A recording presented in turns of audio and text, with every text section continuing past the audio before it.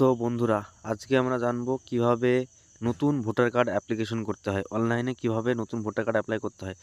যারা এখনও ভোটার কার্ডে অ্যাপ্লাই করনি, যাদের বয়স হয়ে গেছে, তারা নতুন করে ভোটার কার্ডে অ্যাপ্লাই অনলাইনে আবেদন করে দাও। তার জন্য তোমাকে প্রথমে ক্রোম ব্রাউজারে এসে এনভিএসপি ভোটার যে পোর্টাল আছে, voter.gov.in যে পোর্টাল আছে, সেখানে এসে তোমাকে মোবাইল নাম্বার দিয়ে সাইন আপ করতে হবে।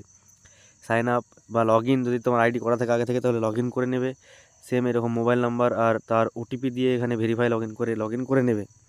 তারপর এরকম একটা পেজ ওপেন হয়ে যাবে, নতুন একটা পেজ ওপেন হয়ে যাবে। এখানে new voter registration, form number 6, এখানে এসে তোমাকে ফর্ম ফিল আপটা করতে হবে।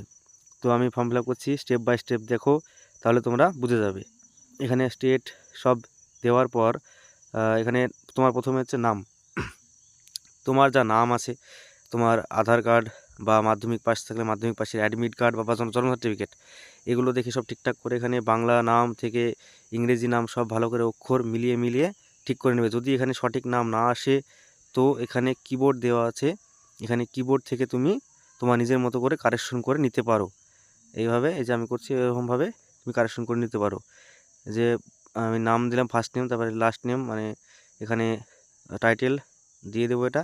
তারপরে তোমাকে ফটো, এখানে একটা পাসপোর্ট সাইজ ফটো, যে মাপ 3.5 বাই 4.5 সেমিতে হোয়াইট ব্যাকগ্রাউন্ডে দিতে হবে। এটা মনে রাখবে যে হোয়াইট ব্যাকগ্রাউন্ডে 3.5 বাই 4.5 সেমি যে ফটোর মাপ হবে, সেরকমভাবে একটা ফটো রেডি করে তোমাকে এখানে আপলোড করতে হবে পুরোপুরি 2 MBর মধ্যে, ঠিক আছে? জেপিজিতে 2 MBর মধ্যে আপলোড করতে হবে।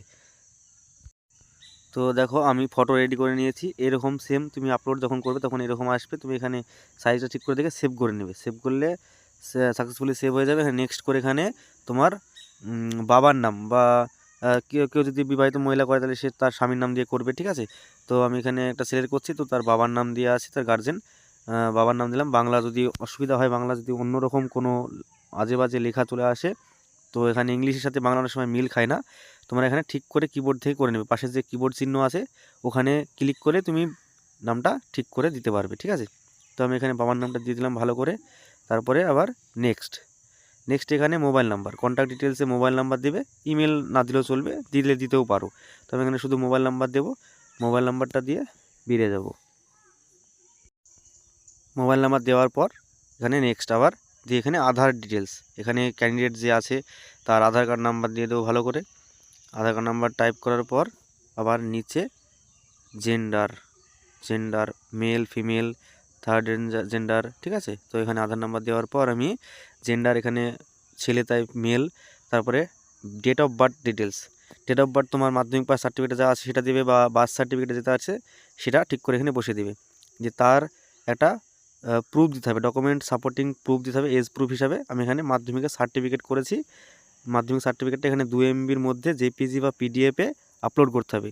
তো এখানে আমি মাধ্যমিকের সার্টিফিকেট এখানে দিয়ে দিলাম 2 MBর মধ্যে পিডিএফ বা জেপিজিতে।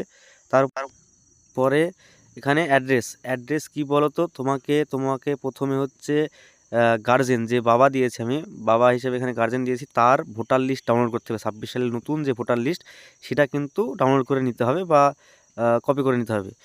তাহলে ওখানে ওই 2026-এর যে ভোটার লিস্ট, ওখানে যেখানে বাবার নাম আছে, সেখানে এই হাউস নম্বরটা পাওয়া যাবে। অনেক সময় ভোটার কার্ডের পিছনে দেওয়া থাকে গার্জেনের, ঠিক আছে? তো যদি না থাকে, তাহলে ওখানে ভোটার লিস্ট দেখে দেখে লিখতে হবে। আর স্ট্রিটটা তোমার ভোটার লিস্টের উপরে বাঁদিকে থাকবে দেওয়া, এই যে এইভাবে এইরকম পাড়া বা গ্রামের নাম দিয়ে, ঠিক আছে?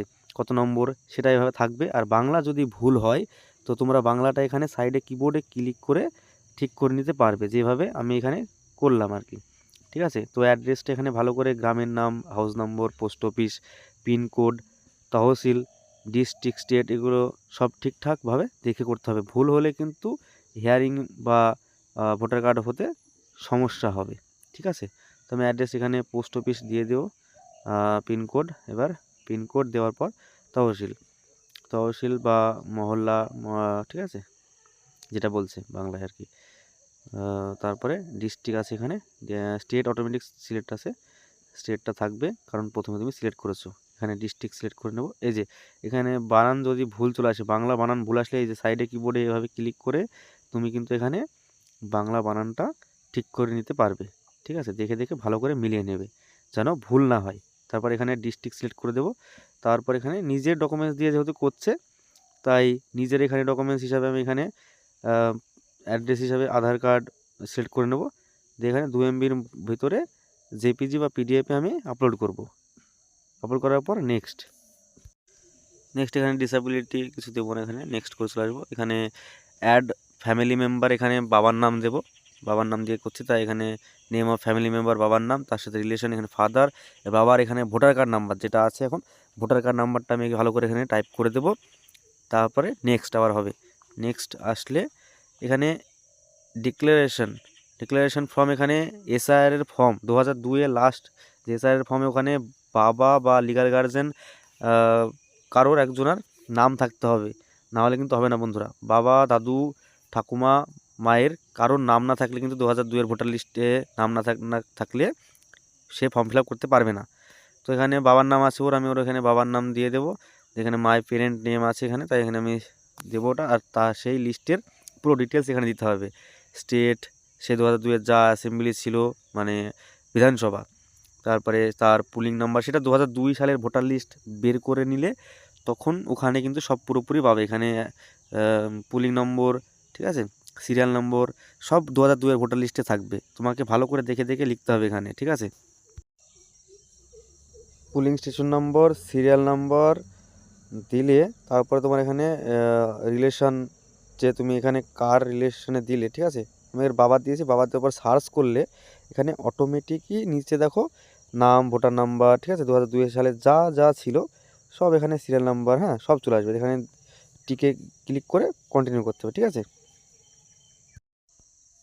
এখানে প্লেস অফ বার্থ, তুমি বার্থ সার্টিফিকেটে যে থাকবে প্লেস অফ বার্থ সেটা এখানে দেবে, কোনো গ্রামের নাম দেবে না। ভিলেজ দেওয়া আছে মানে যে ভিলেজ দেবে এরকম না, যদি তার প্লেস অফ বার্থে গ্রামের নাম থাকে তাহলে সেটাই দেবে বার্থ সার্টিফিকেটে, আর যদি কোনো হসপিটাল নাম থাকে সেখানে সেটাই দেবে।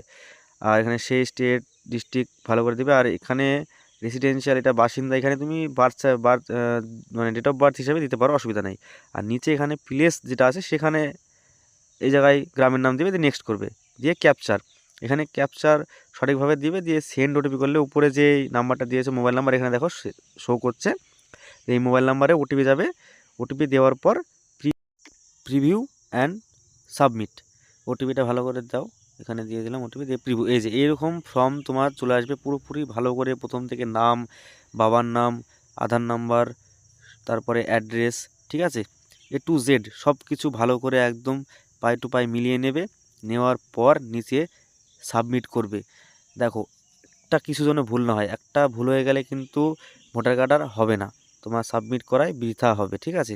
এখানে Aadhaar number, date of birth, address, হ্যাঁ, তারপরে তোমার যে বাবার নাম দিয়েছো 2002-এর এসআর যে লিস্টের ওটা দিয়েছো, ঠিক আছে, সব কিছু একদম পাই টু পাই ভালো করে মিলিয়ে নিয়ে তোমাকে সাবমিট করতে হবে, ঠিক আছে। সাবমিট দেওয়ার পর আরও একটু কাজ আছে বন্ধুরা। সাবমিট দেওয়ার পর সাইন চালু হয়েছে এখন, আধারের সাইন মানেটা হলো তোমার হচ্ছে আধার কার্ডের রেজিস্টার মোবাইল থাকতেই হবে, কিন্তু আধার কার্ডের রেজিস্টার মোবাইল নাম্বারে একটা ওটিপি ভেরিফিকেশন হবে, তবেই কিন্তু সাকসেসফুলি সাবমিট হবে। তার জন্য ধৈর্য ধরে দেখো। ফর্ম এরকম পুরোপুরিভাবে প্রিভিউ করার পর এখানে সাইন অ্যান্ড সাবমিট, দেখো সাইন অ্যান্ড সাবমিট করে ইয়েস করলে তোমার একটা নতুন পেজ আবার কিন্তু ওপেন হবে, যেটা তোমার একদম শেষে আসবে, একবারে শেষে তোমার এই যে এরকম সাইন অথেন্টিকেশন পেজ একটা চলে আসবে। এখানে তোমাকে এন্টার আধার নাম্বার, এখানে ক্যান্ডিডেটের কিন্তু আধার নাম্বারটা এন্টার করার পর গেট ওটিপি করে তোমাকে কিন্তু আধার কার্ডে যে নাম্বার লিঙ্ক আছে, মোবাইল নাম্বার যেটা লিঙ্ক আছে সেই ওটিপি কিন্তু এখানে সাবমিট করতে হবে, না হলে কিন্তু তোমার ফর্ম সাবমিট হবে না। এটা ভালো করে দেখে নিবে শেষ অবধি, এই জন্যই বলি শেষ অবধি ভিডিও দেখতে, ঠিক আছে। তো ভালো করে দেখে নাও, কোনো যেন ভুল না হয়। এই যে এরকম সাবমিট হলে অ্যাকনোলেজমেন্ট চলে আসবে, এখানে ডাউনলোড অ্যাকনোলেজমেন্ট করে রাখবে, কারণ হিয়ারিং হলে বিএলও হিয়ারিং হলে এই ফর্ম কিন্তু লাগবে। আর এই রেফারেন্স নাম্বারটা দিয়ে তুমি তোমার অ্যাপ্লিকেশানটি ট্র্যাক করতে পারবে। তো ভিডিওটি ভালো লাগলে লাইক এবং কমেন্ট করে জানিও।